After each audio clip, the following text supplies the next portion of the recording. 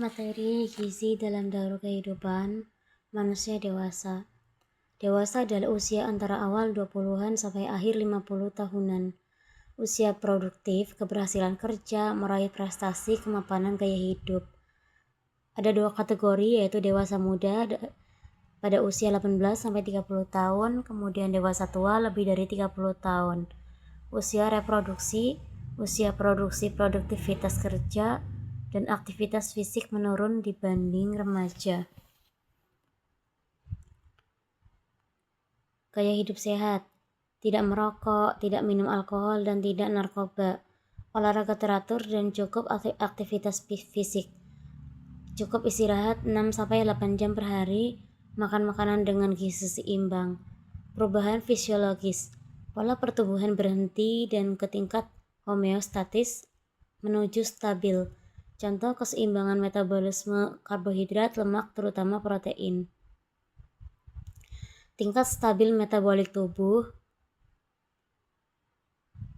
yaitu hasil keseimbangan antara tingkat pemecahan protein tubuh dan sintesis jaringan-jaringan protein. Hasil keseimbangan antara tingkat pemecahan protein tubuh dan sintesis jaringan-jaringan protein. Contoh fisiologis, komposisi tubuh, pematangan fisiologis, atau tingkat pemeliharaan. Kemudian perubahan psikologis.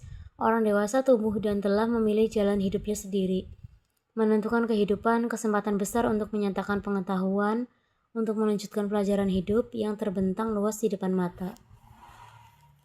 Kemudian perubahan pola makan, yaitu ada penyesuaian basal metabolisme yang turun lebih dari 30 tahun, dan lain-lain, penyesuaian penyakit, vegetarian, dan lain-lain.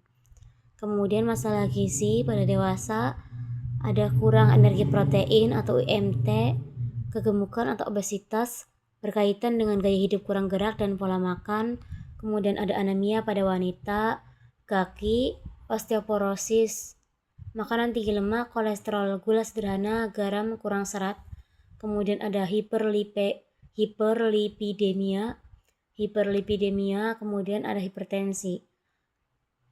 Di sini ada pencegahan dan penanggulangan, yaitu dengan pola makan seimbang, menimbang berat badan secara teratur, berusaha menurunkan berat badan, kemudian olahraga yang cukup, minum pil tambah darah pada wanita usia subur, kemudian makan pil iodium bagi penduduk di daerah endemik, membatasi lemak jenuh, gula murni dan garam, makan cukup sayuran dan buah, dan makan cukup sumber kalsium. Kebutuhan gizi dewasa.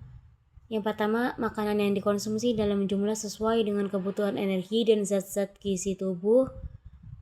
Sesuai kelompok usia, diperlukan makanan yang bervariasi. Kemudian yang kedua, mencegah penyakit dan meningkatkan kesehatan.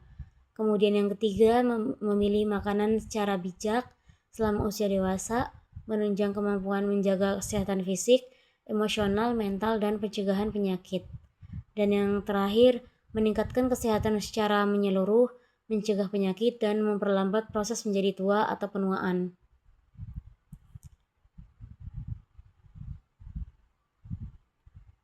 Ini adalah mungkin caranya ya, cara menjaga gizi pada dewasa, yaitu diet seimbang dalam jumlah cukup, kemudian kurangi konsumsi kolesterol dan lemak jenuh hewani, perbanyak serat, olahraga cukup dan hidup santai.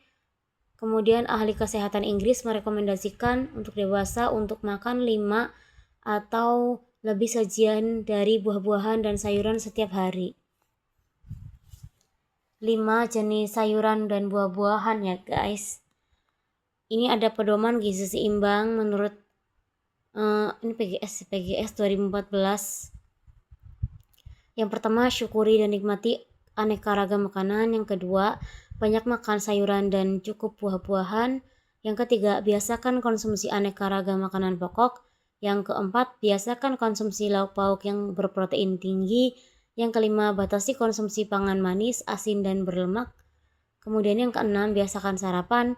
Yang ketujuh, biasakan minum air putih yang cukup dan aman. Yang kedelapan, biasakan membaca label pada kemasan pangan.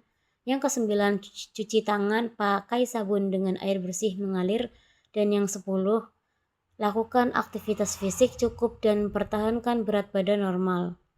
Ini adalah pedoman gizi seimbang tahun 2014, merupakan pedoman diet resmi dari Kementerian Kesehatan terbaru menggantikan pedoman umum gizi seimbang 4 sehat 5 sempurna. Ini yang udah diperbarui ya guys, PGS 2014, menggantikan pedoman gizi seimbang 4 sehat 5 sempurna.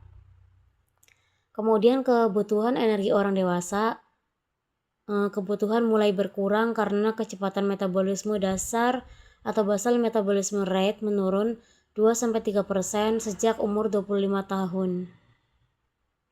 Kebutuhan energi tergantung pada aktivitas sehari-hari. Kelebihan asupan energi, kenaikan BB atau IMT, beresiko penyakit degeneratif, PJK, DM, batu empedu. Jadi energinya kita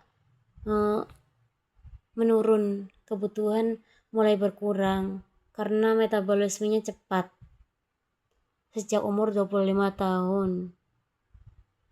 Jadi kalau kebanyakan makan, maka kelebihan asupan energi menyebabkan kenaikan berat badan dan beresiko mengalami penyakit degeneratif.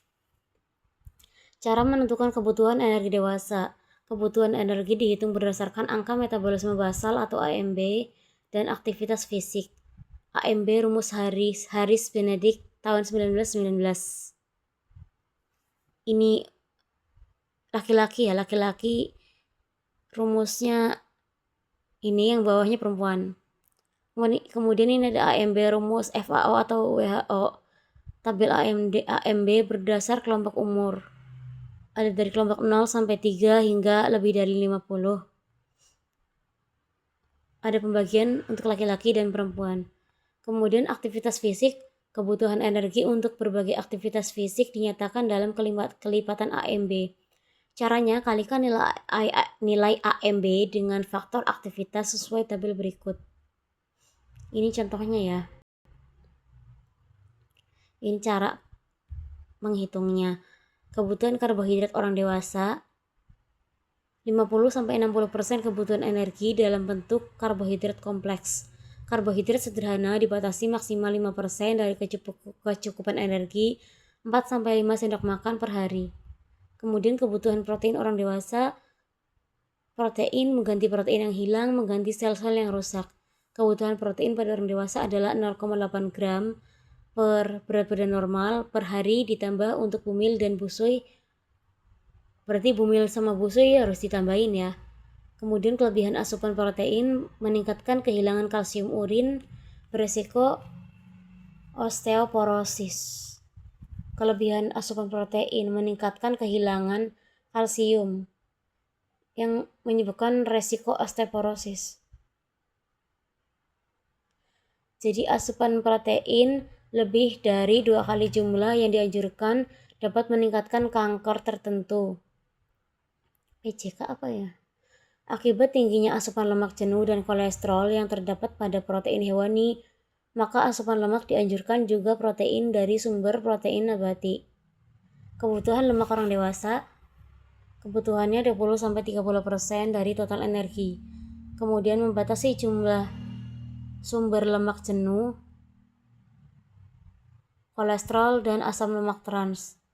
Meningkatkan asam lemak tak jenuh, omega 3 dan omega 6. Jadi kebutuhan lemak orang dewasa, kita harus meningkatkan asam lemak yang gak jenuh seperti omega 3 dan omega 6. Membatasi lemak jenuh seperti kolesterol, asam lemak trans. Kebutuhan mineral orang dewasa, kita membutuhkan mineral seperti natrium, zat besi, dan kalsium. Zat besi atau Fe. Angka kecukupan gizi bagi perempuan hilang tiap bulan melalui haid. Jadi zat besi pada perempuan hilang tiap bulan melalui haid. Kalsium untuk mencegah osteoporosis di kemudian hari. Jadi kita sebagai orang dewasa membutuhkan natrium, zat besi, kalsium, dan ini untuk mencegah osteoporosis di kemudian hari, terutama bagi perempuan. Kemudian ada kebutuhan vitamin bagi orang dewasa. Kekurangan vitamin kelompok usia dewasa umumnya dapat dipenuhi apabila makanan sehari-hari sesuai dengan PUGS atau tumpang gizi seimbang. Masalah kekurangan vitamin terjadi karena asupan makanan kaya vitamin yang kurang. Studi kasus.